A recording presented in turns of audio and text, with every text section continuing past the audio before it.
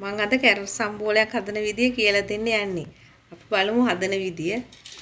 මම අරන් තිනවා මෙතන කැරට් කපාගෙන හීනියට. ලුණු ගෙඩියක් විතර අරන් තිනවා. තක්කාලි පොඩි ගෙඩියක් අරන් තිනවා. අවු මිරිස්. අපි දැන් බලමු මේක හදන විදිය. අපි දැන් ඉස්සෙල්ලාම කැරට් ටික දාගමු.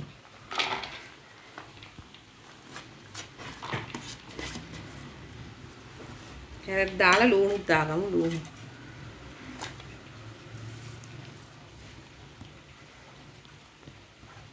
ලුණු තක්කාලි අවු මිරිස්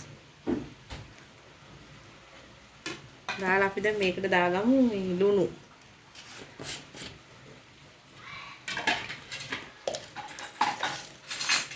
ටිකක් දාගෙන පස්සේ බලලා දාගමු. ඊළඟට මම දාගන්නවා ගම්මිරිස්. ගම්මිරිස් තේ ඇඳක් විතර දාගන්න. ඔයගොල්ලෝ සැරට කනවා නම් තව ටිකක් දාගන්න. ලුණු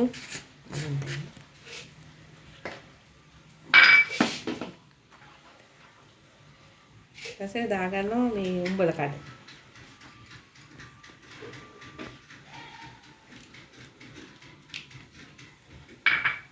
දාලා මේක අපි හොඳට අනාගමු.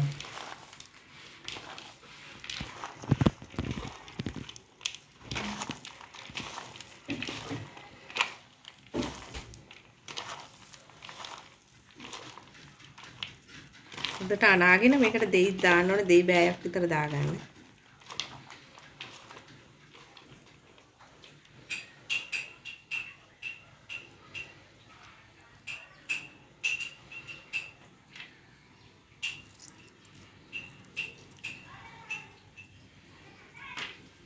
දෙයි දාලා හොඳට කලවම් කරගන්න.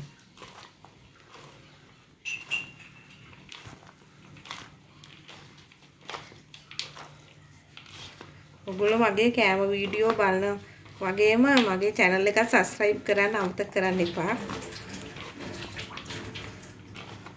දැන් අපි හදලා ඉවරයි. මේක ලුණු බලලා ලුණු බලමු.